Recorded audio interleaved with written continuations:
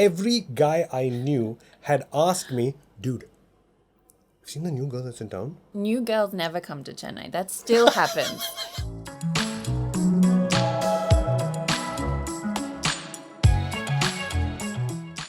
Hello and welcome to Carried Away. This is a brand new podcast, and in the studio with me today we have Sameea Bangera. By the way, I'm CaryEd, which is why it's the whole Carried Away. Get it? Okay. Back to you. Hi. Now, okay, so let me start with the fact that it is very hard to nail you down in an introduction because there are multiple things that you're known for. So Are there? I didn't know I'm multifaceted that way. you are somewhat infamous in this city. I'm just saying. Okay? When you came back from Australia, Yeah. I had every male friend of mine, within the first week of you being back, every guy I knew had asked me, dude, have you seen the new girl that's in town? You Like, know, I'm not even joking. because new girls never come to Chennai. That still happens. Even now, if there's one new girl that comes, everybody wants to know who that person is. That is somewhat mean and not also mean. very true. Yeah, it's not Okay, mean. It's just it is. accurate. Okay, so let's start kind of from the beginning esque. Before China, you were Australia, Yeah. right? Yeah. Was that study? That was like I was born in India. I was born in Hyderabad. My mom's side of the family is from Hyderabad. So, but I shifted to Australia with my parents and brother and everything when I was 1. So it was pretty much like So Hyderabad really doesn't count. no. That's Yeah, but I mean, it's still my birthplace. So, you know, when people say like born and brought up in Australia, technically no, and I don't want to just overlook that Right, side of right. things. I was born in India, but yeah, in the sense of and also the given influence it had, I was too young to really know what was going on. I was 1 when I moved. also given the current climate, I think it's just a really good idea to constantly keep saying things like, "We were born in India."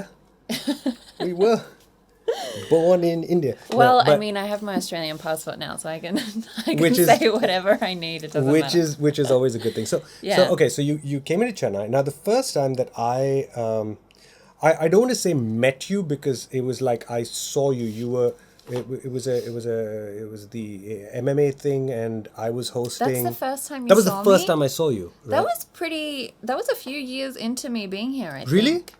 What year was that? Do you remember? Oh wow, that would have been like 2012 maybe. 2012, 2013, something I like think that. it would have been 2013, 2014 even. It could have been 13, but I don't think 14. I think late 13. Could have been late So I had 13, been yes. here I moved in 2011, so I'd already been here for Oh wow, 2 years. you had been here for a while then. Yeah.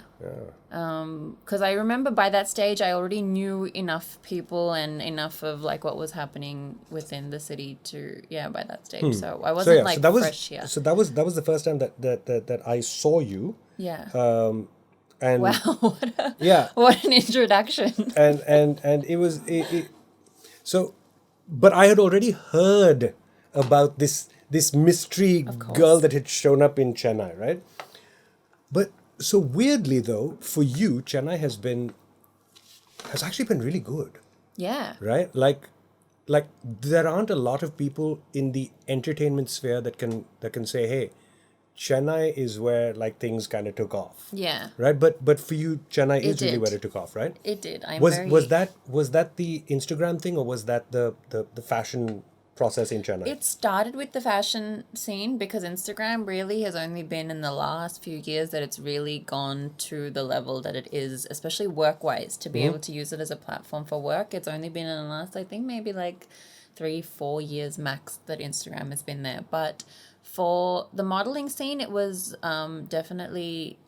See, Chennai, that way the networks are very close-knit. And once you have an into that, which is, I think, the benefit of being in India. Once you kind of know somebody, there's a lot of scope to network and get yourself out there, especially in a city like Chennai, where it's smaller comparatively to, like, Bombay. So weirdly, though, like, I've always thought of Chennai as being a very, like, cliquish city, right? So Yeah. like you have your clique, and then no one really steps out of their clique. Yeah. And it's kind of weird because, like, for me, it never occurred to me that Chennai was that way, because I would jump, You're just because I don't you've have grown up here, I you're don't just have used to my it. own clique, right? Yeah. So I just have, like, there are people I hang out with in every clique. So it's like this person's having a party, I'm there, but then there's half of Chennai that isn't.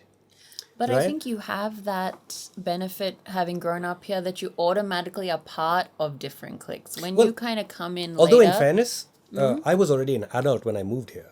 oh, you're I not was from I here? was no I was 20. Where did you grow up? I grew up in Bangalore. Oh, So it was, for me, it was okay. Bangalore, and then I moved to Bombay, and Okay. then I worked with Channel V for like 3.5 years, and then from Bombay I moved here.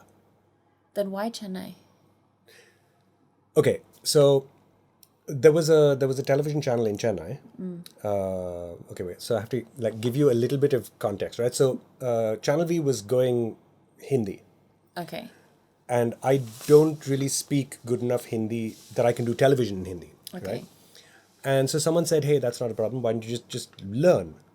And my logic was, I will always be a second-rate version of me in a language that I'm not fully fluent in. Yeah. Right. I love So like that thought in your yeah, head. It goes first. and It's not I mean, fluent, also, my sort of verbal dexterity in English is far greater than it ever would be in Hindi. Yeah. Right. And so I'm like, I don't want to do something where, I'm uncomfortable with the words coming out of my mouth. That's like the most sort of the thing that you essence, connect yeah. with most, right? Yeah. It's the thought in my head given life, right? And Yeah. I don't want to screw with that. So I'd rather just not do this. So I like to say, when Channel V went Hindi, I went home. So I moved back to Bangalore, and I was like, wow, I don't actually know what I'm going to do. Did you speak Tamil also growing up in well, Bangalore? I mean, Did you have any overlap? Well, we had, like, most of the maids were Tamil, so Okay. I could speak to, like, maids and auto drivers and taxi drivers and stuff like that. But that was about the extent of my Tamil. Okay. But then there was a television channel here in Chennai that wanted someone to come in, because they were switching to an English model, right? So they wanted someone to come in for their international content, and all of their VJs at that point in time had been doing multilingual stuff. Yeah. So they wanted, with the sort of addition of the new language, they wanted to bring in a new VJ. And then I already had 3.5 years of experience with the national channel, so it kind of made sense. And that's how I ended up here. And I absolutely detested the city. Right? Like, I would tell people, Why? all the time, I'm like, I hate the people, I hate the weather, I hate the city. There's nothing about this place that I like. Right? Indians are so fussy. No, but that's the thing, right? So I hated this city with a vengeance. Like, people would ask me, like, anytime we talk about the city, I'd always say the only reason I'm here is the job, and the day that the job is done, I'm out. Yeah. And how many And then years ago was that? suddenly, like 4 years in, it took a long time, but 4 years in, and I was in Hyderabad doing an event in your My birth city. hometown. Yeah. And someone said, hey, will you, can you send me this information, blah, blah, blah. And without thinking, I just turned around and I was like, yeah, I'll do it as soon as I get home. Did I just refer to Chennai as home? Yeah. That happens. It's home. It's home. And that was almost 20 years ago. And I've never left. I feel like I'm still in that, like, part of me when I'm like, okay, home is still a little bit Australia, but whenever I'm there, I find myself being like, all right, I've got this long till I'm home, and I'm like, oh wait, maybe home is not Australia anymore. Yeah, it's been 10 years, so. And so I've been here almost 20 now. Okay. Right? And my children are born here, right? So Wow, that's so. like, yeah, the place that I once would not call home Yeah. is the birthplace of my children. So yeah, I'm not so complaining. crazy I to am hear. not complaining at all. I mean, I know you have, like, obviously I know about your kids, but just to hear you say it like that, like, It's- my yeah, children are yeah. born here, is really hits Like home. I used to always say, if I ever have children, I'd want to raise them in Bangalore because that's where I grew up. But by the time it was at that point in life where I was ready to have children, I was just like, there is no way I'm raising them in Bangalore. Are you mad? Like, that's just, like, Bangalore just isn't quite the same Yeah. because like, I have all of these amazing memories of Bangalore, right? Growing up there.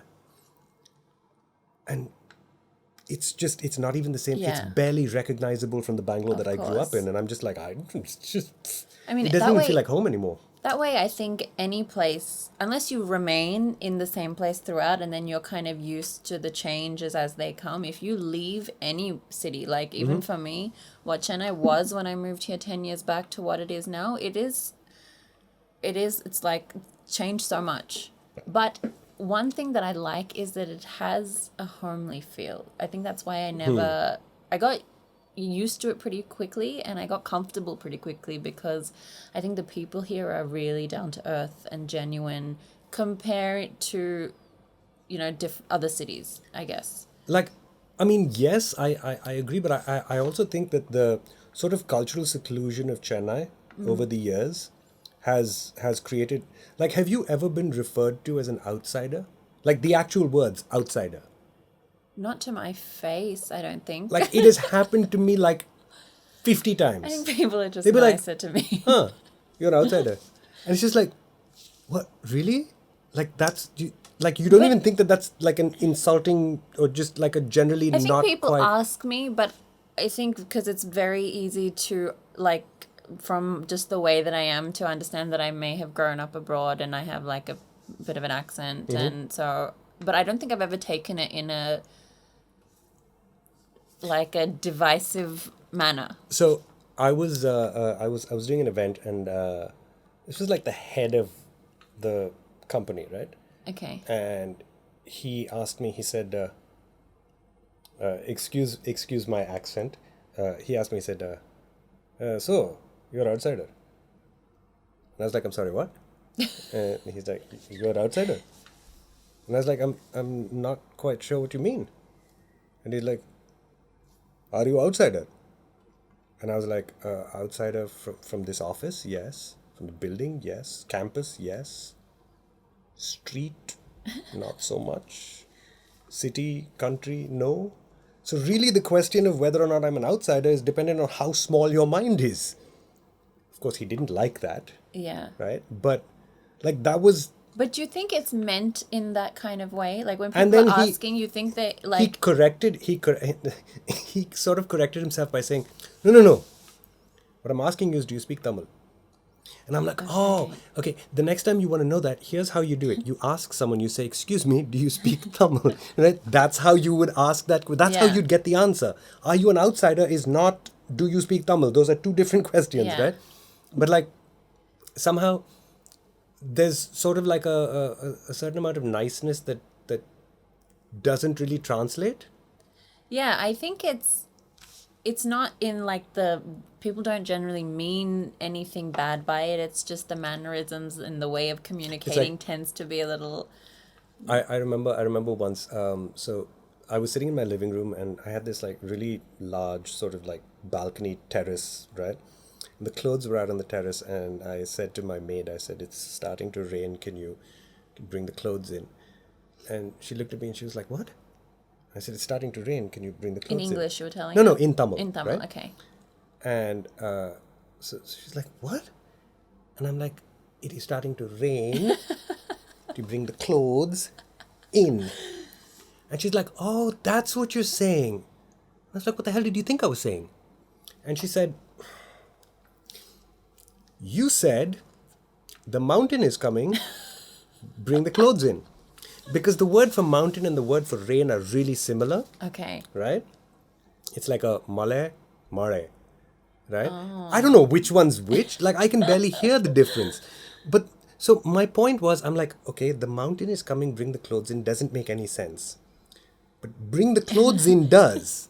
So it doesn't Yeah. matter why I'm asking you to bring the clothes in, just like bring the clothes in. That's half the sentence and it would have worked, Yeah. right? But that happens so often that sometimes I wonder, I'm like, are you doing this on purpose? You just Are fucking you, are you, right? Because you are just screwing with my head right now, because this doesn't make any sense that you don't understand what I'm saying because one word was off, Yeah. right? Like if I can understand that you want water when you say water, then like you should be able to understand that clearly I don't mean the mountain is coming, take the clothes in, right? But yeah, that happens all the time.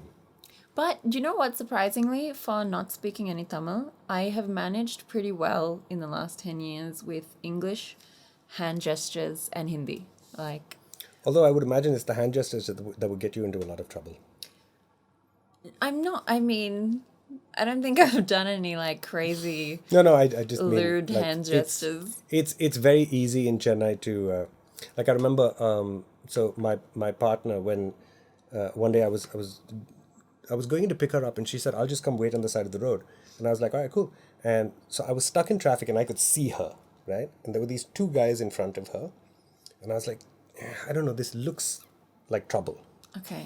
And then the next thing I knew, I saw her elbow a guy in the face, just like straight up, like Muay Thai elbow, right? Bam, in the face, and she went, keep going.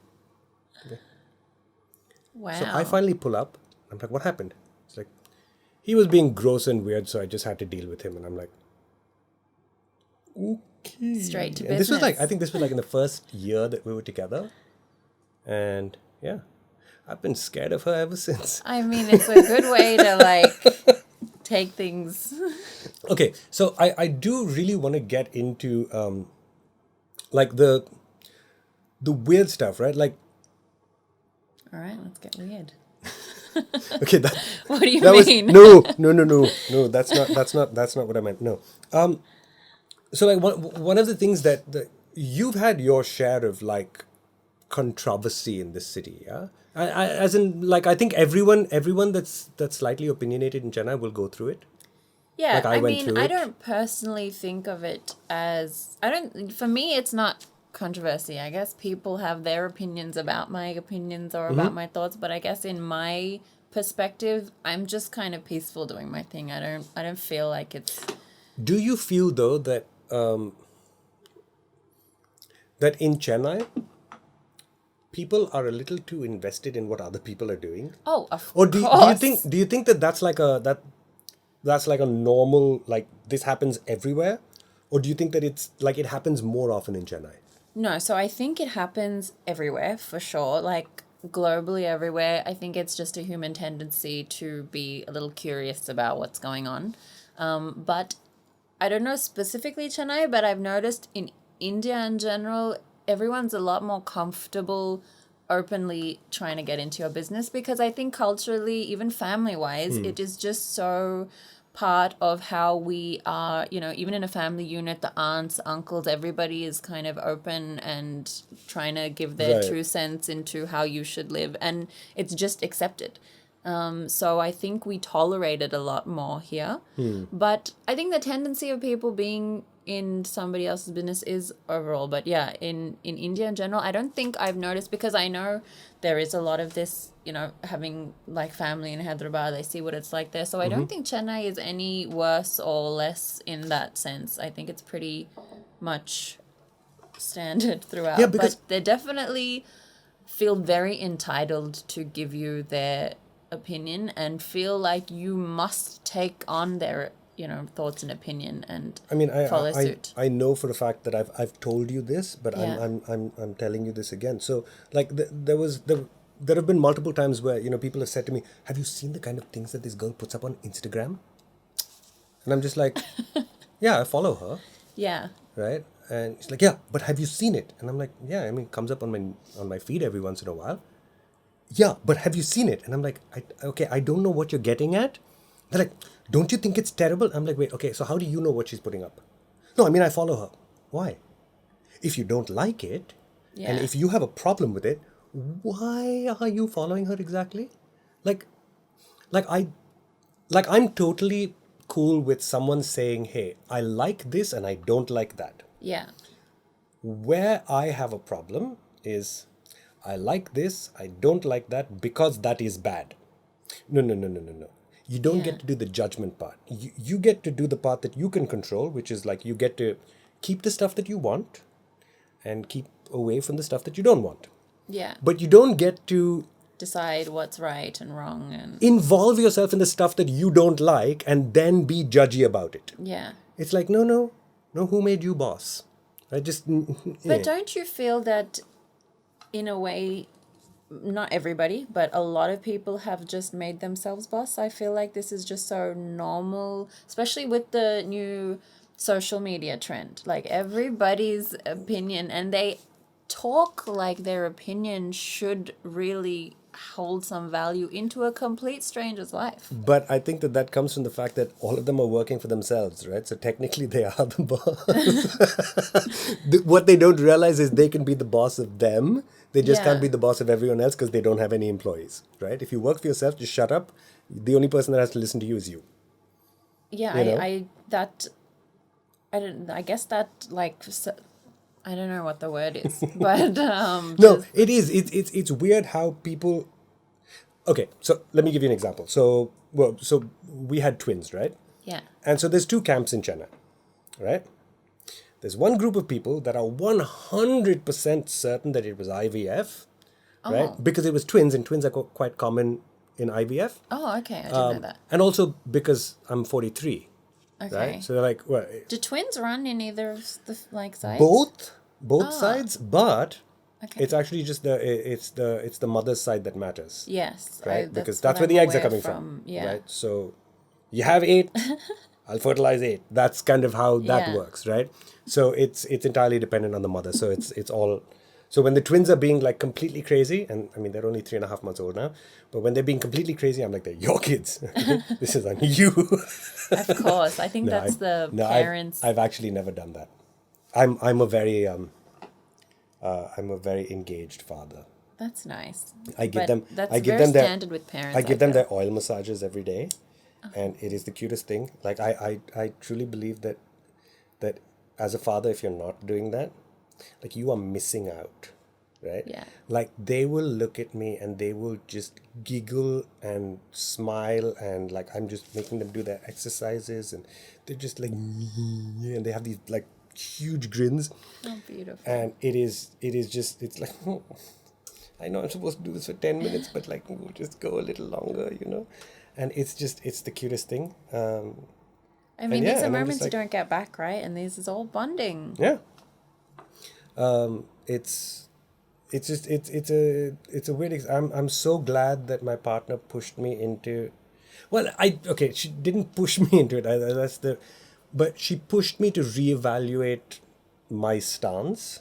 Right? Like when we first had a conversation about kids, it was like, I was like, I don't really care either which way. Like, Okay. we have kids, we don't have kids, we don't have kids. I'm okay You either way, weren't right? like, I'm that's something you I'm wanted not for committed sure. to any Alright. one direction. I'm not like I don't ever want to have children, but at the same time, I'm not like, oh, I must have You children, have to, right? I'm okay. just kind of on the fence. Don't, you know.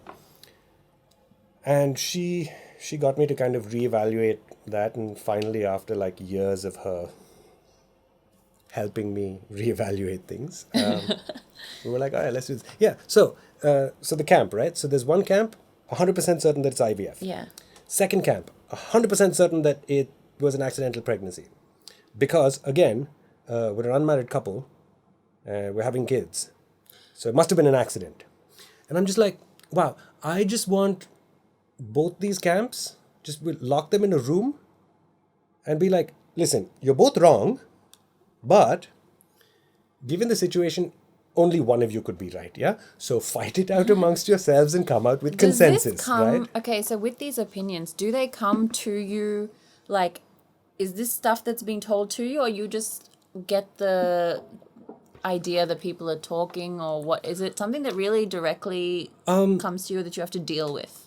Thankfully, there was only one of our friends that actually like straight up asked me. He was just like, bro, is it IVF? And I was like, no. He's like, cool.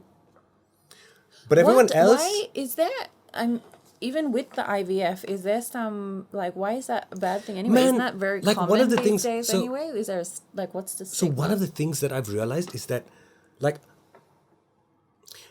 as a guy, the only experience that we have with women is with like women with us, right? Like we don't really know what women are like with each other, if that makes any sense. Because No, what do you mean? right, so for example, I know what I'm like with the boys. The boys, yeah, right? of course. and I know what women are like with me. Right. But for the most part, I don't know what women are like with women when there's no guys the same around. way in the right? sense that we don't know what you boys are doing when you're on your Exactly, own. Like, right? yeah. Like for all you know, we're all like full homo when like the women are away, and we're all like, oh my god, right? Like you don't know that that's not true, would not surprise me. right? Like and that's the thing. So like you literally don't know that that's not true. You just have to take my word for it, Yeah. right?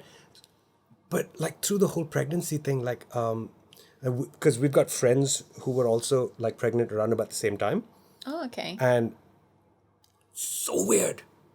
Women are so judgy with each other. It's like, I'm like, what? Why? About this? Like, oh, you had IVF. No, ours is natural. Oh, It's like, really? who gives a crap? You're having a hard time breastfeeding. I don't have any problem breastfeeding. Like, what are you judging? Like, this is just the most bizarre. Oh, so you haven't lost all your pregnancy weight? Oh, I lost it, right? Like, Yeah. what the I've hell are you heard people about this. doing? To be honest, I heard and I know about this dynamic, Like, but I have friends who are like traumatized because some perfectly normal thing happened to them. Like, perfectly normal. But they've gotten so much shit from other women that they actually think, they're like, oh my god, yeah, it's such a problem. I'm like, it's not a problem. That's not a thing. Stop. Yeah. And like that's kind of where we're going. It's so judgy. Okay, so one of the things that I did want to talk to you about was growing up with a chef for a father. What is that like? Do you know what? Everybody asks this and thinks that it would have just been the most luxurious food, which it was, to be honest. But chefs work all the damn time. He was not really just like, it wasn't like chef cooked meals every day. That was my mom's kind of handled that growing up because chef's hours are just not family friendly. So we would see him weekends or weekdays, depending on, like, even weekends are busy, restaurants, weekends are the busiest time.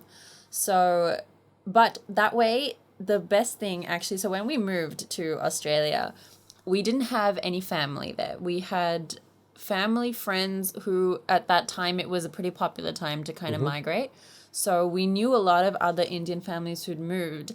And thankfully for us, it was all ex-ITC chefs. So our entire family friend unit, who we all grew up with, all have kids the same age, who is practically family now for us, closer than, even the cousins, because that's who we grew up with.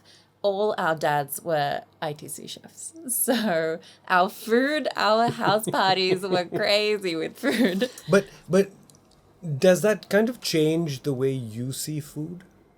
I think the appreciation is there when you are around so many food lovers and you are exposed to really good quality food and different types of food and different flavors, and that passion is there, then it just kind of builds that curiosity. And to be honest, when I was a kid, my dad always complains about this because I used to be such a fussy eater, and he couldn't, like, he used to have the hardest time, and I was so picky with what I ate. I wouldn't want to try new things. I knew what I liked. And he would always, like, I used to just end up crying because he would always be like, just try it. Just try it. And I'd be like, I don't want to. And even with chilies, my dad loves spicy food. And he would always try to, get me into it. But to be fair, I was a kid. Like, you can't give kids, like, really spicy food. And he would just try to, like, increase my palate, so we'd, like, sneak chilies into my food, and my eyes would just be watering, and I'd be like, this isn't nice, like, why are you doing this to me? But so after I kind of, like, as I got older, I think I just got a little more used to, and especially living in Melbourne, I think besides having the chef parent in Melbourne, the food is so good. And it's so, like, it's such a multicultural city that there's so much exposure. I think multicultural cities are the ones that always have the best Yeah. food. Like anywhere in the world, you find a city where there's lots of people from lots of Yeah. different places, and that's always so. Like New York, for example, right? Yeah. Like you go to the US, New York has incredible food. There's a reason for that. Yeah. Right? Because there's just people from everywhere. So Melbourne Coming would in be and like that. mixing Yeah. and the, like, fusions and Like yeah. weirdly, Bombay is kind of like that as well, right? Because again, there's people from all over the Yeah. country. I think the food that way, in India, I think Bangalore also has the food Bangalore, quality Bangalore is has really good. Bangalore has another. So Bangalore was the cosmopolitan city, while Yeah. the others were the metropolitan cities, right? So Yeah. that was kind of. So again, like growing up, I was an incredibly picky eater. I know it Yeah. doesn't show now, but I was an incredibly picky eater, and I would only eat it if it was sweet. Oh, Like if it okay. wasn't sweet, it was spicy. Right? Okay. That's kind of how my brain differentiated food, Oh. right? And then I went to boarding school And then what was it? in Where Andhra did Pradesh.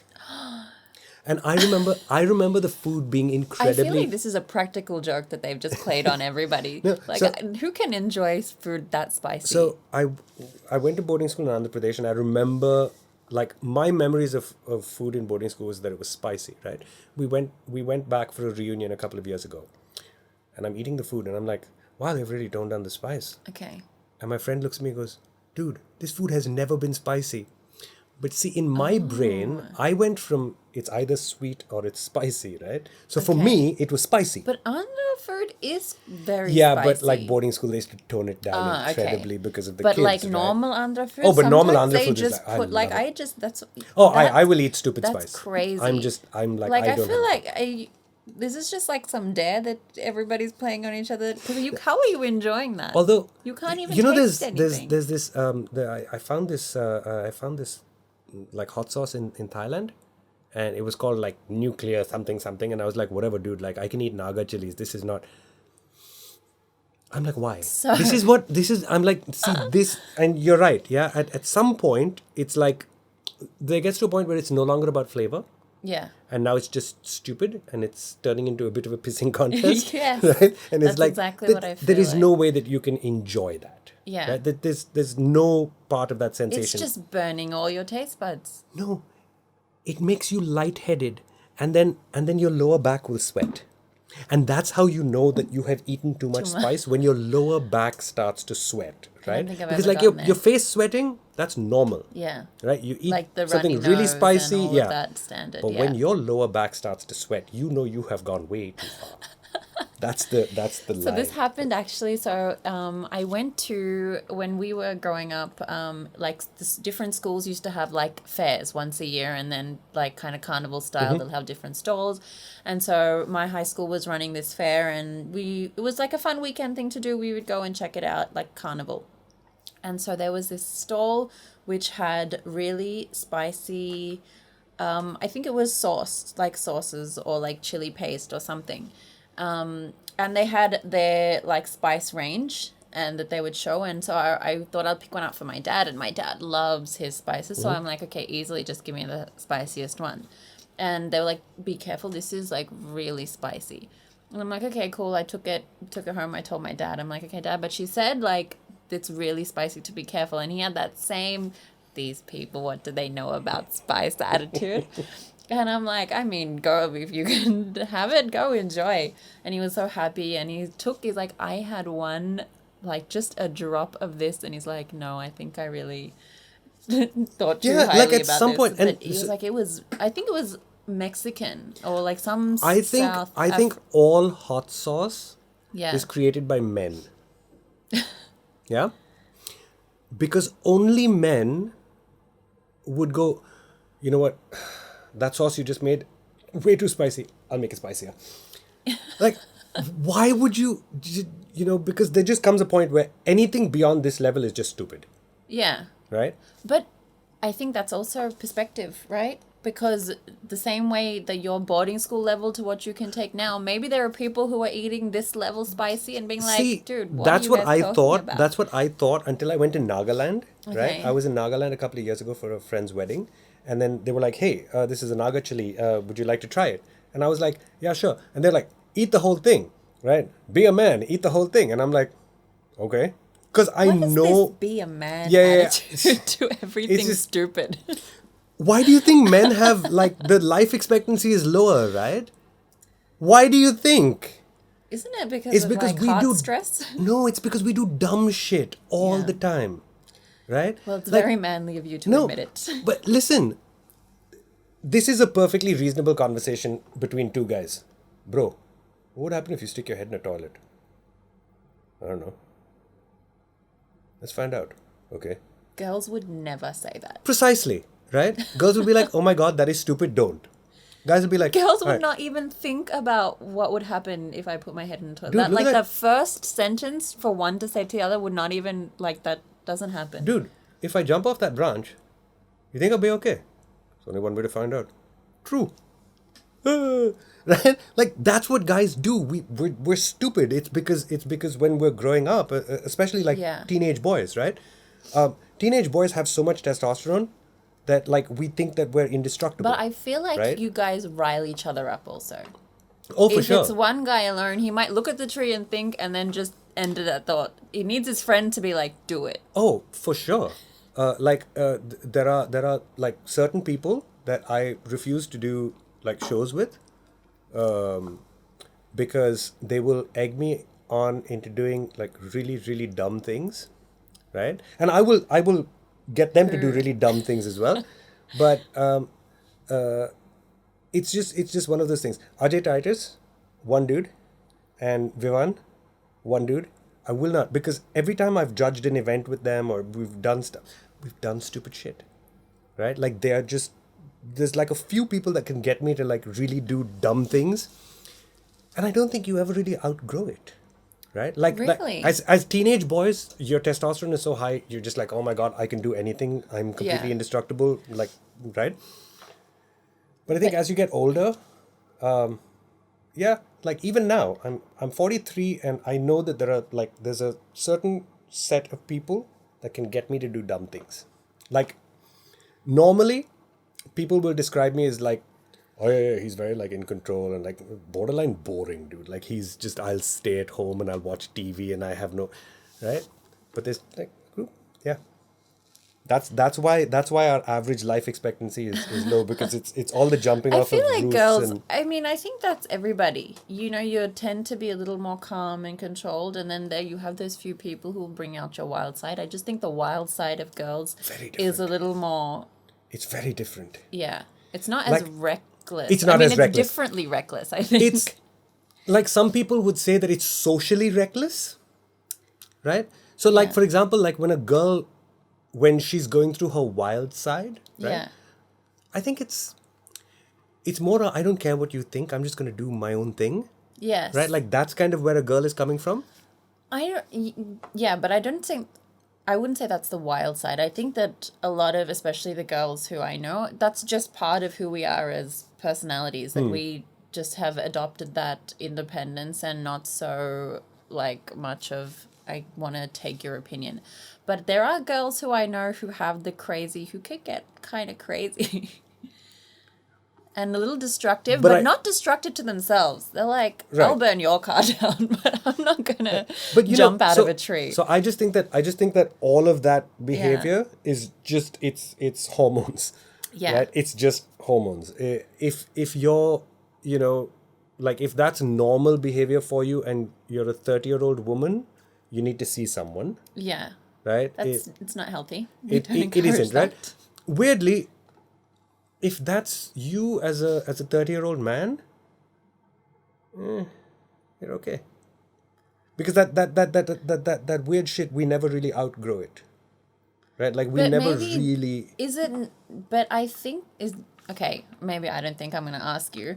But do you think that it's maybe because it's just tends to be more accepted for men, and women kind of reach a point where they have to somewhere not No, be I mean, so crazy without I think- looking like if a girl acts crazy and a guy acts crazy, or with the same action, she looks crazy. Like a guy is just gonna look like Oh no.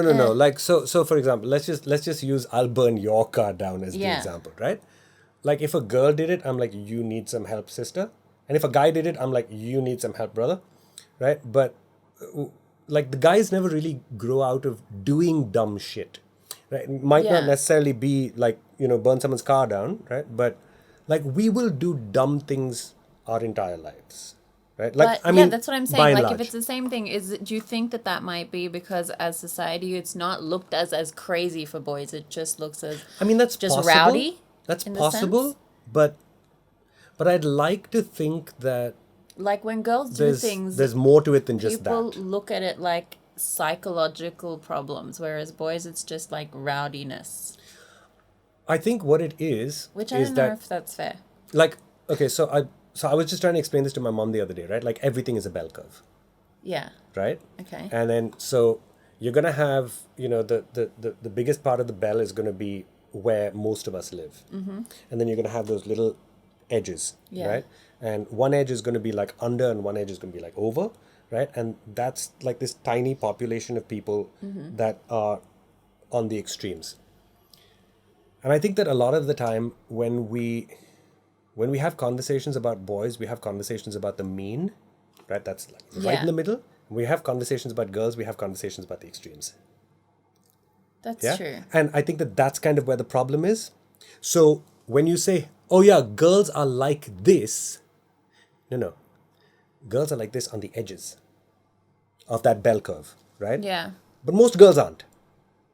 But we're not having that conversation, right? Because weirdly, when we look at anything when it comes to like think of like feminism, for example, right? Feminism in its current form is perceived by anyone outside of the feminist movement is perceived as a bunch of man haters. Yes, that's true. But that's because it's the extreme Extremes, end. yeah. But they're also like they're the extremely vocal minority. Yes. And then most women don't think that. But from a guy's point of view, be like, yeah, dude, all these freaking feminists hate men. It's just like Yeah. payback time, right? And that's not what it is. But that's kind of the conversation that we have. So when we talk about men, we talk about the average. We talk about women, we talk about the extremes, Yeah. right? And so then we have this like really weird warped sense of what who, normalcy is, and yeah. right? I mean, it just becomes a completely, it's like one of those funhouse mirrors. Yeah, Right? maybe that's also because in that sense, you tend to make these opinions and judgments on what stands out the most. Yeah. And with women, that is the extremes that stand out the most. For men, even the normal people are pretty like out there. So Like we're it's able weird, to right? Like gauge that. so like when the Metoo movement happened, Yeah. right? And then there were those men who felt the need to hashtag not all men. Yes. And I'm like, dude, no one said all men. Like the Do you very know, I fact had a that you few have people say that to you me- have to point that out, I think is Yeah. troublesome. But I had some people say to me, like, oh, this is going too far. Some girls are complaining about, like, oh, even her boyfriend, like, harassed her. So I'm like, yeah, but that's still not okay. So- why are you guys saying it like, So, like, I that remember- even if it's just her boyfriend? I did end up getting into an argument about this, right? Because my sort of position is, I think every time a woman makes a claim, it needs to be taken seriously, which is different than Anytime anybody makes a claim, it needs if you're to be making a believed claim. immediately, right? And that was kind of what everyone was going for in that moment. It's like, if a woman says that a man did this, then you have to believe that a man did this. And it's like, no. You have to take it seriously, and then you have to Yeah. investigate it. And then if the man really did do that, you know, Yeah. cut his nuts off and throw him in the ocean. I don't care, right? Guy does that, do your thing, right? But I think claims need to be taken seriously, Yeah. not immediately believed.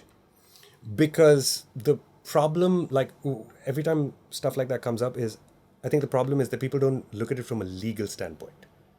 Even Right? other They're than just like, it's a legal. very emotional conversation, right? And so, Yes. and anytime you're having a really emotional conversation, logic, because really those are two ends of a spectrum, right? Emotion and logic. Yeah. Like logic is devoid emotion, and to a large It's extent, such a sensitive and such a like this has just been so suppressed for so long, this sure, conversation, yeah. that these emotions are so strong, and now that people are finally getting a voice, it's like they just want to tear everything down and stuff. And honestly, I don't blame a lot of women who have gone through this. I don't blame them for feeling so strongly, but yeah, I totally agree that you can't just take the fact that, you know, there are people who are going to make things up. I have known personally people who have said false claims, and that, you know, as many women victims as there are, if you are an innocent man in this can really ruin your life, your reputation, Yeah, everything, because something like that really sticks. And if you haven't done it and someone's trying to, for their own personal vendetta or revenge or whatever their agenda is, put that on you, knowing that most likely people are going to believe you being a woman in this situation and it's whatever a trending thing. Yeah. And I think one of the so that's one of the problems with the sort of like social media movement, Yes. right? Is that now like so when I say the crazies, I simply mean anyone that is being mental about anything, right? Like you Yeah. don't have to actually be, problematic, right? Like, but the crazies can find each other. Yeah. Do you know what I mean? They flock. Yeah. They're So like magnetized together. so whether it's like crazy. people who think the Earth is flat, of whom I actually met one, like I thought Like it was in just I thought it life? was just a YouTube thing, and right?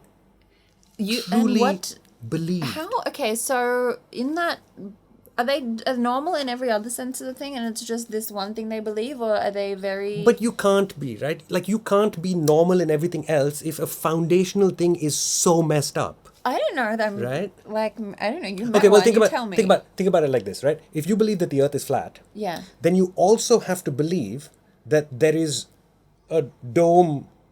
Like if you watch that show Under the Dome, No. okay, so it's this show where there's like suddenly this dome appears over a town, right? Now, so they call it the firmament, right? They think there's a dome, so it's a pizza base, Yeah. right? Think of a cake dish, right? It's a I cake mean, dish. yeah. right? I know the And then concept. I've seen the Truman Show. right? Yeah. So right. Yeah. So if you believe the Earth is flat, you also have to believe that there's a firmament. But then you also have to believe that gravity doesn't exist, because gravity can't exist on Earth, right? Because if you had a spinning disk, you'd get pushed out to the sides, Okay. right? But the Earth, you get pulled down to the center. So gravity can't exist. So planes are fake. So satellites are fake. So space is fake. So, and that's the thing, right? That's what people don't realize. If one fundamental thought is then everything is right? Like that's my, But if it was, say like this was a illusion and in the dome, that would be some crazy like technology, like how detailed, like But it's leaves not and technology. trees. But no, I'm saying But if it's you're God. coming from that perspective, yeah, but then that's the so weirdly then that the kind of detailing in this planet must be like crazy for this designer. hey, I had a guy tell me that he was like, dude, have you seen these new glasses? You can see in HD. And I'm like, fundamental flaw.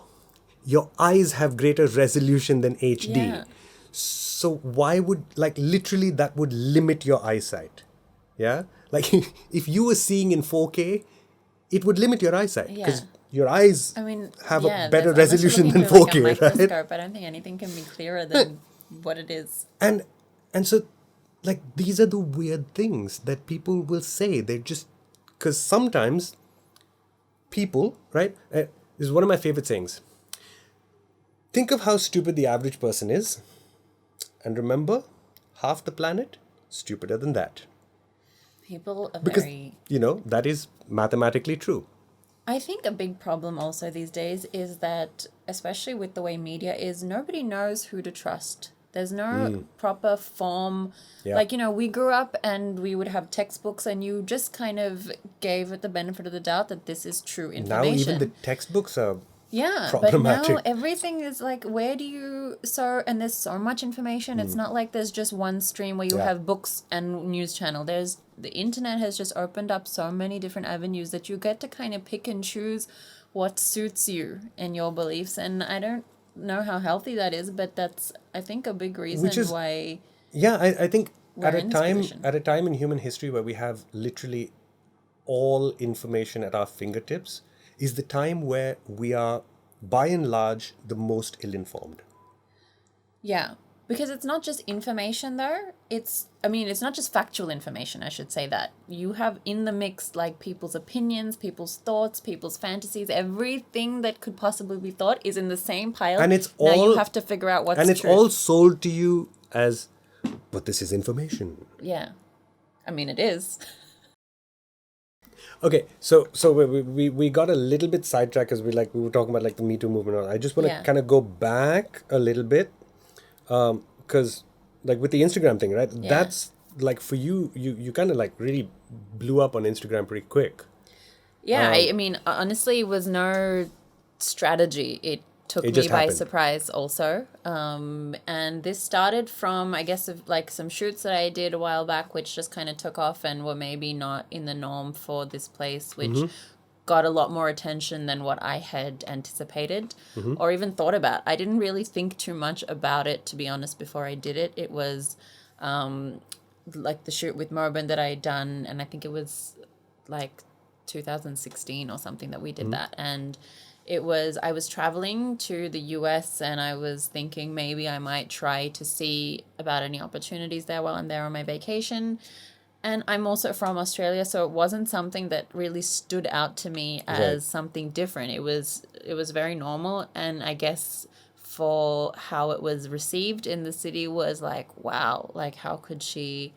But I was like, oh, But I yeah, didn't really daring pictures, I yeah. didn't really think that much about it, to be honest. And as I said, to me, I know a lot of people said that, but everybody around me knows me and, knows what I'm like. So none of my circle had that opinion. And all the rest, nobody said anything to my face.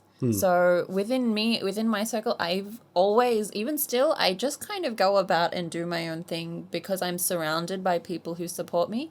And that's kind of enough for me. And I'm able to, that way I also have Indian parents, and thankfully we all lived in Australia, so they understand how I'm so free and how I'm so open Right, about right. things.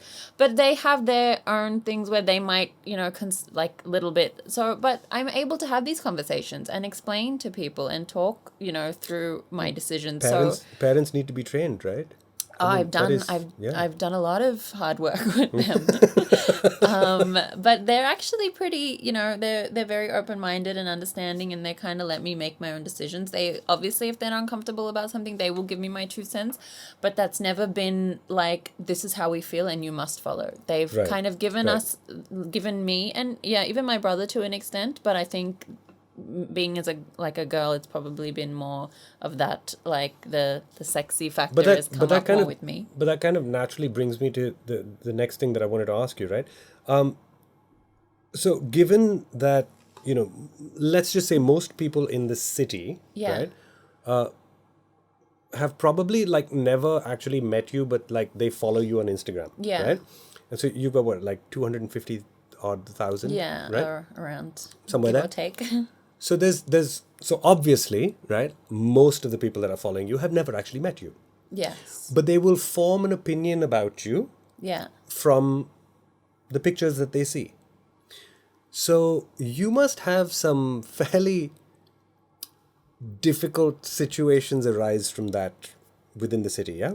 Is that fair to say? I think, well, in the last 2 years, I think we're all in the same boat where no one's really been able to go out or socialize unless it's your immediate circle. So I've not been exposed too much. I think when this Instagram thing started blowing up initially, obviously before this whole COVID situation, there would be people who would come up to me, in public, but I never in a bad way, to be honest. The only time I've felt that people are comfortable to really throw hate is from comments or behind a screen. But not just, oh yeah, I mean that, Yeah, so I've never really like faced I've read some of the comments anybody- on like your pictures, and I'm just like, dude, what? Why? Like, why are you even here? But You I know? think that's something that if you have any kind of audience, any larger size audience on a social media, you're going to get people who I don't take it that personally, to be honest. I really feel like people who are talking like this or spewing that kind of negativity have a lot of internal things that they're just frustrated about. So I think it comes from frustration. I think But do men, like guys that you don't know, do they tend to be very forward with you? Because as guys, I know that guys have a tendency of being forward, like as a general process, right? That's kind of how our brains work. I found the opposite. Really? I find that especially men in India don't have that comfortability to come and start a conversation or come and talk. Or Do you think that that comes from like being a little not wary, but a little afraid of strong women? Do you think that that's a maybe I don't know how to deal with a really confident woman, man. I Like, don't know what it is, but I don't know. I don't really see, like, even my friends, I don't think when we go out, I think it's also a comfortability thing that it's not very normal for a stranger to just go and approach a girl unless you're like super creepy. And that is initially it's like here, especially if some random guy came up to me here and immediately just with confidence started talking to me, I would immediately be a little bit suspicious. I think it's so much more normalized abroad that you don't really think much of it. And if a stranger's making conversation, you just kind of go with it. And then unless they specifically do something to make you uncomfortable, it's totally fine. right. But because nobody really does that here, and it's just thought of as a little weird, then even like regular guys who just want to make a conversation, a little hesitant to take that step because they don't want to look like they're being creepy. So I feel like, I don't think it's just me. I like that's notice a weird it thing, right? Like just the idea of like creepy, Yeah. right? Like when you say creepy to me, Yeah. I can't nail something down, right? So like, for example, okay, so if you and I were in a room and there were like a whole bunch of people and you were like, oh, just look at that creepy guy. I'd be going, Which one? like, I don't necessarily know who you're talking about. Yeah. Right? Not which one. I don't know who you're talking about. Yeah. But if you just turned around to another girl and you're like, look at the creepy guy. And she's like, oh, yeah. It's weird, but like creepy is something that women can spot. And like guys have no idea. We're a lot more aware of our surroundings. Right? We Like, have to be. Because like I've had friends who have said things like, oh, look, the creepy guy. And I'm like, I don't know who you're talking about. Like everyone just looks normal to me. Yeah. Right? But I find that also. I find that sometimes people say that, and I'm like, I don't think that guy's. I think he's just chilling. Like. But guys I think have it's a perspective. version of creepy, right? Hooker vibe.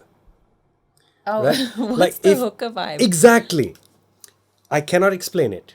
Right? Like if there was a whole bunch of girls in a room and I looked at you and I was like, oh, look at the one with the hooker vibe, you'd be looking around going, I don't know what you're talking about. But like every guy I know, if I said, oh, check out the hooker vibe, they'd be like, oh yeah. really? Like it's so and it's a weird based thing. on like body language or I don't know. Like I cannot explain it.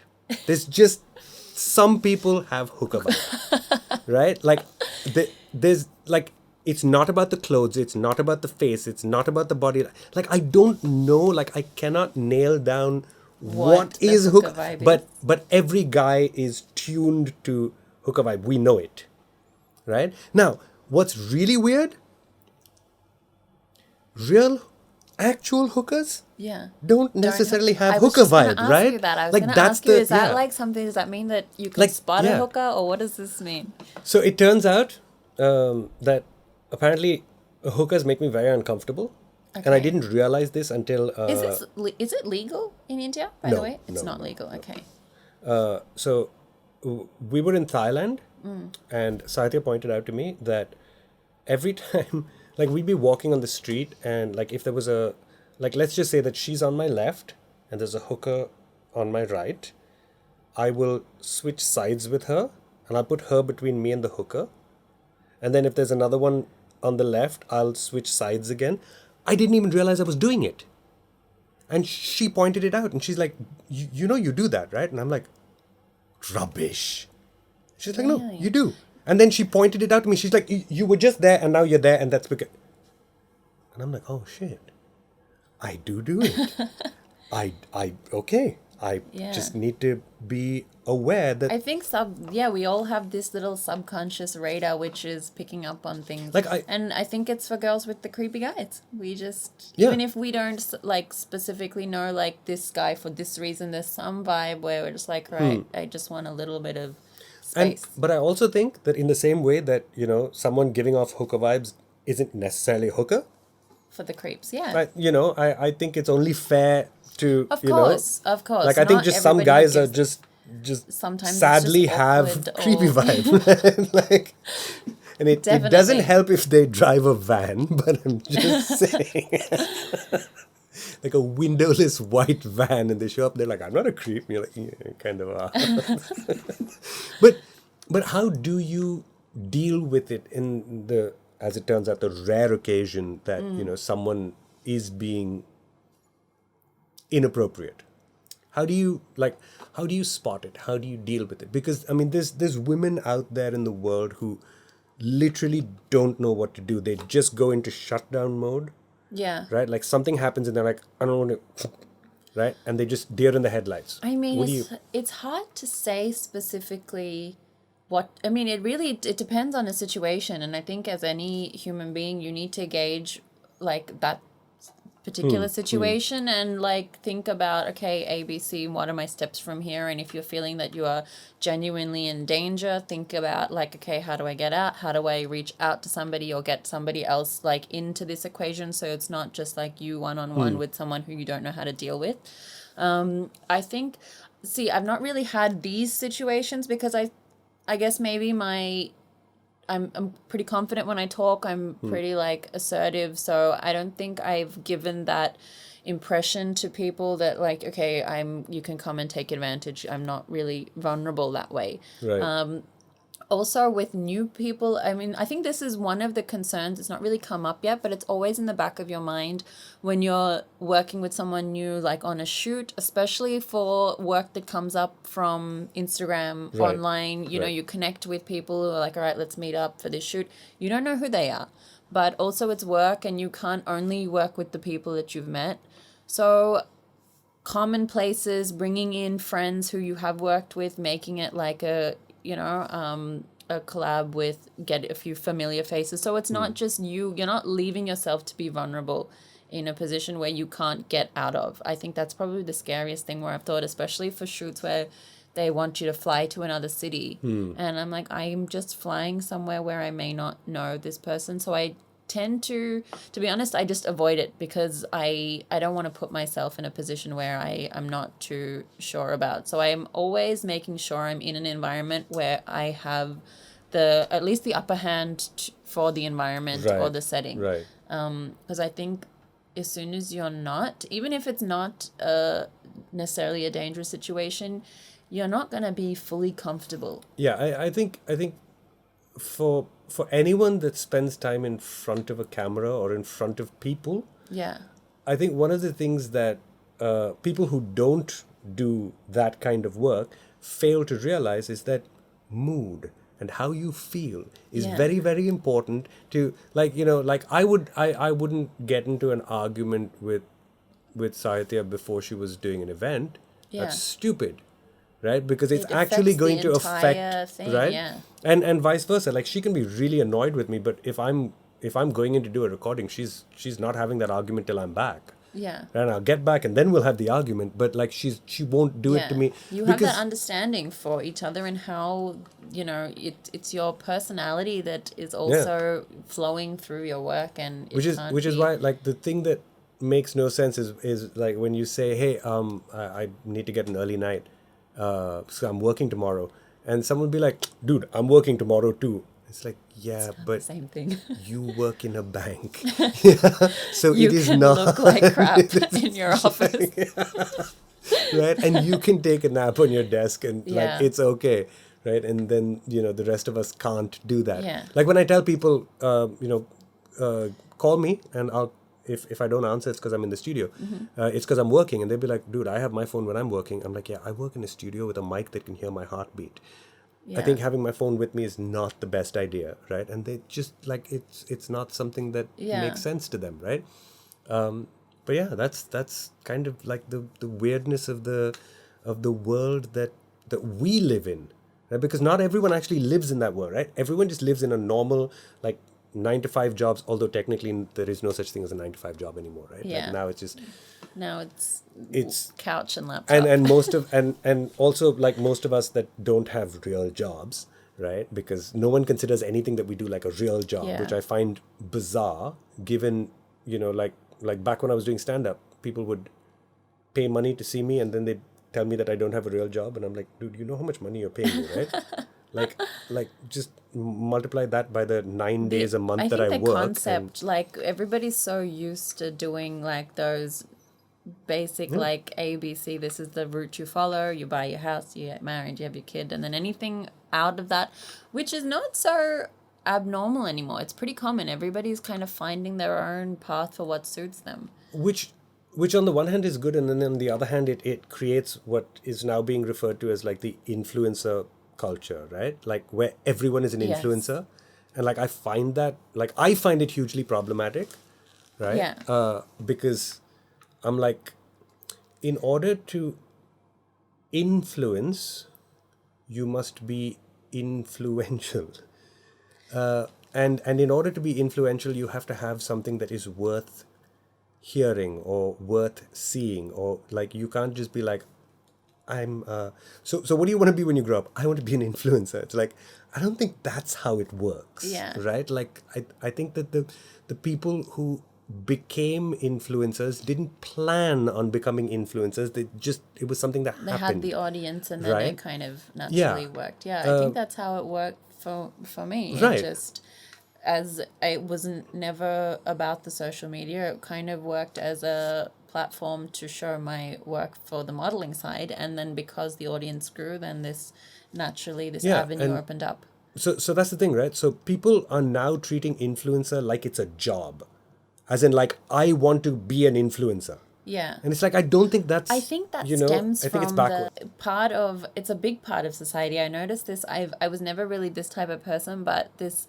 obsession with celebrity was always been there even since we were kids. Like everybody looked up to, everyone wanted to know, read the magazines to see what all the actors are doing in Hollywood and Bollywood and everywhere. And this just obsession with being famous. And so now you have a door which you could potentially open yourself. You don't need someone to scout you. You don't need to, make it through this. No one's gatekeeping anymore, basically. So you can do it for yourself. So not everybody, but a lot of these people with that mentality are on that one track mind. It's not really about what is the message that I want to share. It's not like anything deeper besides I want to be famous. And I mean, for what I've seen online, you can do it, and in maybe not the most tactful ways. But like, but so I've always found it really, really funny, right? Like, Yeah. and the two that I find the funniest are the fashion influencers and the food. yeah, Yeah, because food and fashion are two of those things where, like, weirdly, everyone thinks that there's no bar to entry. yeah, Whereas there actually kind of is. Like if you're going to be a food critic, you need to know something about food, right? Ooh, this is nice. That's not being a food critic, right? That's just being a regular person, right? That's how normal Yeah. people function with regard to food. I like it, I don't like it, and that's the end of that. Similarly, with fashion, I think everyone's gotten to this point where they're like, what? Fashion's about clothes, right? Just wear clothes, fashion. It's like, I don't think the longevity of that's going to no. be too, like, I mean, I'm sure in any new budding kind of thing, like, this is such a new field. It's such a new scope for everybody. Social media is only now growing into, and so it's going to go further, I'm sure. So I think we're still in that figuring out, like, how it works. So I'm sure a lot of people are going to give it a shot because they can. There's nobody telling them that they can't. And nobody should tell them that they can't. You know, do it, give it your best shot. But ultimately, for those people who are doing this half-assed style of this, I don't think it's going to go very far, because ultimately you need people watching what you're doing and interested, and you have to be saying something worthwhile that connects with your audience for it to last, and for people to want to know your opinion on the next thing. So I think it'll probably die down with a lot of these. You think? I mean, I guess so. I think so. Like, so so this was something that kind of occurred to me fairly recently. I don't know if you know who Bella Porch is. No. Okay, so she's like huge TikTok star, right? Okay. Like 50-60 million followers Okay. on TikTok, 25 something Like on American? Instagram, American. Yeah. Lives in Hawaii. Now I didn't know who she was, and this was like So people do these compilation videos, like TikTok videos, and they put them on YouTube. And like there was this girl that used to make funny faces, and it was like this cute little thing, and it was like, oh, what a sweet little girl, right? Yeah. And then suddenly now, she's like tattoos everywhere, and she's doing the whole like Yeah. sexy, and I'm just like, What oh, happened? what happened to that little girl that I used to like? She'd do the cute faces and the thing, and like, and then why? And like this Yeah. is why I think like in television and radio and stuff, you have a producer. That producer stops you from being self-destructive. Yeah. So like I have someone in my ear right now. If my Yeah. story goes too long, someone be like, all right, cut that, Yeah. cut that. But Like, then shh, also, I right? feel you're still playing to their agenda. This gives you the freedom to write your own So, story. So yeah, double-edged there sword, are right? there are Double-edged pros sword. and But cons. we're like sometimes it's like, I mean, this is ooh, definitely going to go too far. I lost 100,000 followers, so I need to do Yeah. something. This right? chase, it's like this, and you are out there with, I mean, you're competing for the attention and audience, like compared to so many people. But that being said, I must say these TikTokers, and like it takes, like for them to, the way they put together their videos and these transitions, and it's pretty like, it takes a lot of yeah. effort. Oh yeah. It takes a lot of effort, and I'm very impressed with the way that like this, the way they're just Yeah, doing these videos and taking up we have this entire generation of people that are going to be incredibly media tech savvy. yeah, you know? so savvy. Yeah. Like It's- and they make it seem effortless. But I think that, I mean, to be honest, I think a lot of time actually goes into it, which may not also be that healthy either. At least with, the jobs before, and even for our work, you still had your clock on, clock off kind of time, even though it's Yeah. not regular hours. It seems to be consuming most of people's lives now. Yeah. Now it's just let me get the Yeah. dopamine rush of like how Yeah. many likes did I get, you know? Yeah, which is a little bit, I feel like it's slightly worrying, but hopefully we will find a balance. Now, while we're having a conversation about balance, what is your plan, right? So like you have this huge following on Instagram, which obviously will grow as time goes on, right? Because I think you've gotten to that. I think 100,000 is kind of like the tipping point, right? 100,000 is that point where like once you hit 100,000, then everything starts to kind of like snowball, Okay. right? And like you're well past that, right? Like you're almost at 300. So how or do you plan to use that to kind of leverage something else? So what is the plan for you? Is there a long-term plan? How does it work? For my social media, no, I don't honestly have a long-term plan that way. What I do and what I kind of follow for my social media is when I'm promoting something or whatever I'm doing, I try to make it authentic. I try to be as genuine, because what I'm doing is it's your social media, you're sharing your life. I pick and choose the parts that I want to share and don't want to share, because obviously my privacy and Absolutely, yeah. for my friends, my family. So I'm not like a complete open book, but I am, whatever I am sharing is genuinely happening in my life or part of my life. And I use that for any products or anything that I am promoting is always something that I would believe in. I don't want to go down the thing of like, okay, whatever is giving me money, let's just do it. I have to, it has to be authentic to me. So I think for my social media, it just kind of going and growing along that path, and then using it to try to keep embracing things and sharing what I feel is good for me. I mean, obviously the things that I do in my life, I believe are good for me. I'm past the 20s where I was just, wanting to, the focus was different. So now I'm a little more focused on health and wellness and incorporating these things into my life. So, and I believe that is great for the wider community. So trying to spread knowledge about these things, and yeah, I think that just using it for better. Like when you say wellness, what do you Wellness, mean? I mean like health, mental health. I think, mental health especially is, that way it's, I guess, the irony that we're using social media for it, because I feel like it's maybe a big part of the issue. But yeah, for these kind of things, and I think it's just now, I mean, we're so much better than we were, but it's still the conversation, it's not as comfortable as we need to be, because I think it's something that most people somewhere or the other have a little bit, even if it's not like you're not spending your days anxiety ridden. There might be little elements here or there which maybe you're not aware of or that need to be addressed, but it's still a slightly uncomfortable topic for people on a personal level to just open up and express the way that they should be able to.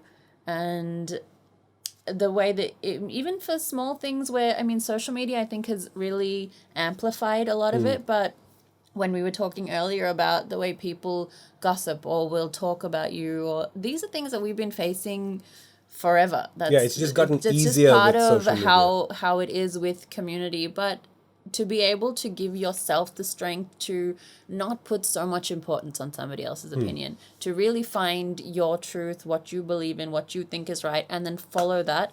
I mean, obviously you can be open to guidance and acceptance. You can't be so narrow-minded that you think you're always going to be right. But you can also take on criticism without taking it so personally, without letting it make you feel bad about yourself. I think there are a lot of things that we can be stronger as individuals, which I think though, like, for people in the entertainment sphere, yeah, I think one of the reasons why most people don't take criticism well, including myself, is because there's no line between me and my work. yeah, I'm not an actor. yeah, So it's not like when you see me on screen, I'm doing what a director tells me, or I'm doing someone else's words, or right. So it's like literally, if you watch me perform and then you come up and you say, I didn't like that, what Yeah. you're saying essentially is I didn't like me, yeah, right? So it's really hard to not take it To personally separate when your yourself. work is who you are, right? Yeah. Like to some extent, it's like if I came up to you after a fashion show and I was like, man, I didn't like the outfit you were wearing. You'd be like, I don't give a shit. It wasn't Yeah. mine, right? But like if I said that to the designer and I was like, dude, that was like it was a Of crappy course, outfit. I mean, there are things Then it's just which like- you pour your heart Yeah. into, which are very sensitive. But I feel like it goes beyond that with the way, like you said, for people who had normal problems after, say delivery or childbirth, that's nothing that you need to.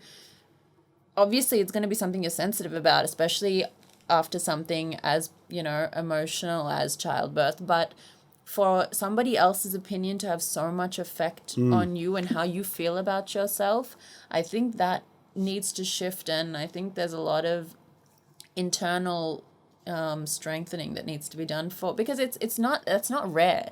The thing is that with most people, when somebody says something, not just work related, if someone's gossiping about you or making up rumors about you, it affects a lot of people more than it should, really.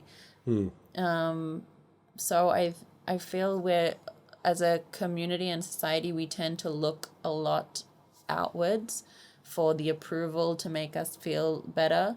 But you seem like you're someone who also you're pretty confident in your thoughts and opinions, and somebody else may not affect you so much. So one of the things that I find sort of the way I see it is other people's opinions say more about them than it does about us, right? So Yeah. like the way a person thinks about you says so much about who they are, right? Yeah, definitely. But I feel despite that, people tend to let that influence them a lot. But of course, it is, I mean, as I said, even for the comments and things like that doesn't really faze me, because I feel like that's coming out of somebody's own frustration. And that's really just showing you what they're going through for whatever. They're just taking it out in an aggressive way on something else for whatever reason. It's not. But people need to know to differentiate that. They need to know that this is not somebody else's negative view on me is not me. And they need to find the strength in themselves to be able to continue and keep your head held high and go about doing what you're doing with confidence. Yeah, like I mean, I remember just And this is so a lot of times I think like guys, especially guys watching, they'll be like, oh yeah, like girls get affected by like all of this stuff. Yeah, we're guys, we don't. But that's like I thought that for the longest time, and then I started to gain weight. Yeah. Right.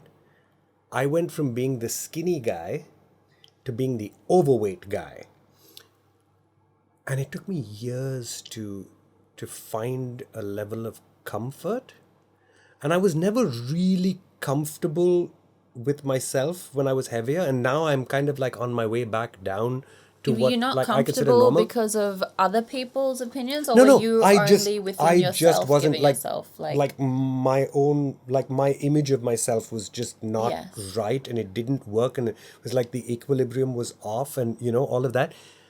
But it didn't help when someone Yes. would echo what I already felt. Yes. So in a lot of ways, I think so for example, right, like if someone's like, oh my God, you're such a slut, and you are, it's going to hurt. Do you know what I mean? Like if there's, but when someone's like, oh, you're a slut, and you're like, I'm actually a virgin, you idiot, right? Like, so I think it depends on how you're viewing yourself. See, when you're technically talking about the word slut, if you're referring to the fact that this is somebody who is sleeping with a lot of people, I think that's absolutely fine. If you are okay with it, you're making that choice. But if you are doing that and feeling ashamed of the It's like, fact you're doing that, then there's it's different. There's that joke, right? Like, do you know the difference between a slut and a bitch? No, what is that? I've never heard this joke. A slut will sleep with everyone at the party. Bitch will sleep with everyone at the party, but you. I've never heard that. But But- like I remember I used to make jokes about how like, like if a guy would like walk up to a girl and like he'd like try some like sad pickup line and it wouldn't work, and the girl's just like, please just go away, and he'll always come back and be like, dude, lesbian. Yeah. It's just like, what? Just because she didn't respond to your stupid, like, Yeah. overtures. That's the ego. But that's what I'm saying. So it depends on if you are carrying yourself and your actions and you can stand by what you're doing, whether it be sleeping with everybody at the party or sleeping with nobody at the party, whatever someone says, if you can still be like, yeah, that's what, like, if it's the word slut or whatever it is. So I think, no, so let me use a less contentious word, right? Because I think like I think that slut sometimes there's a very easy way of like turning it into like a sexist thing and right.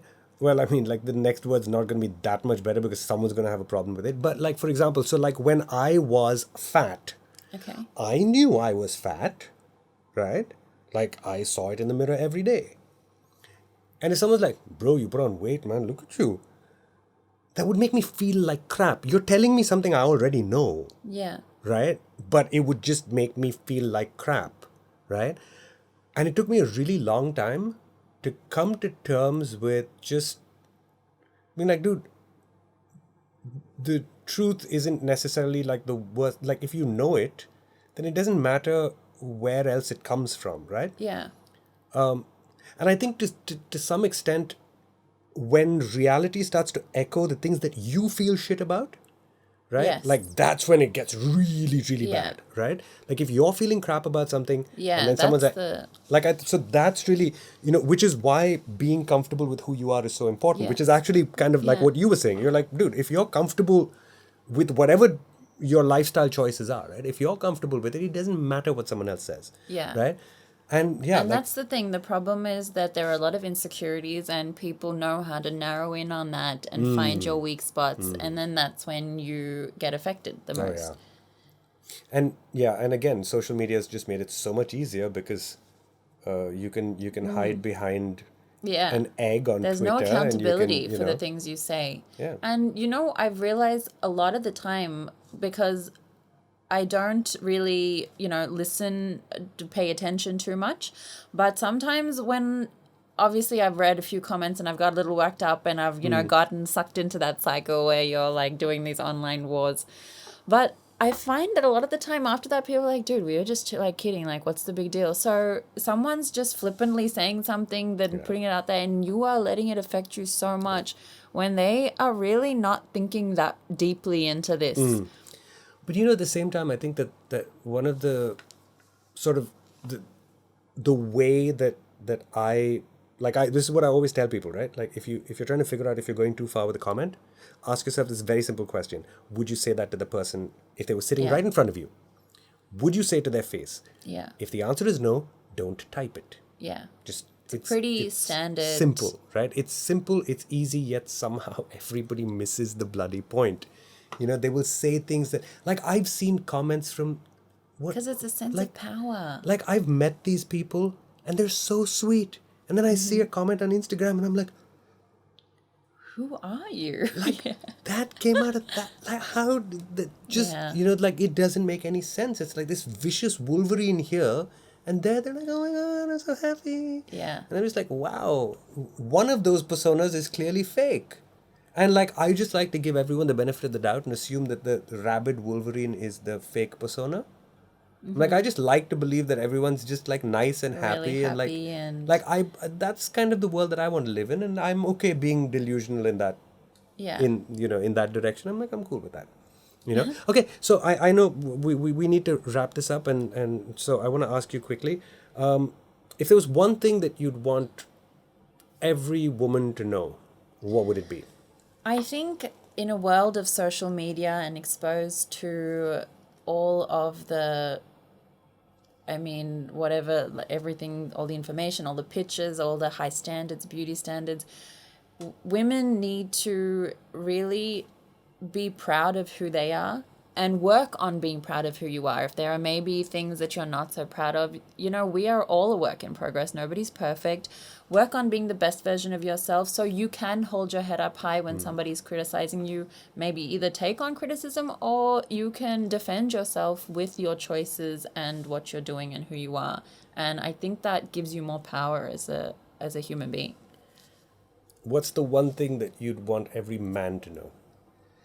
Every man, I feel like this is also broadened between everybody, not just to men, but to just be kind, be respectful, treat people not like you have some kind of leverage or power or you're coming from any agenda. Just be respectful in the way you're treating women, even other men, even generally. I think that's something that we all need to kind of embrace a little more in the way we're dealing, especially online. Fair enough. All right, on that note, thank you so much for being with us. Thank you for having me. Thank you guys for watching. Sameea, Bangera. I'm Cary Edwards. This is Carried Away. We'll see you next time.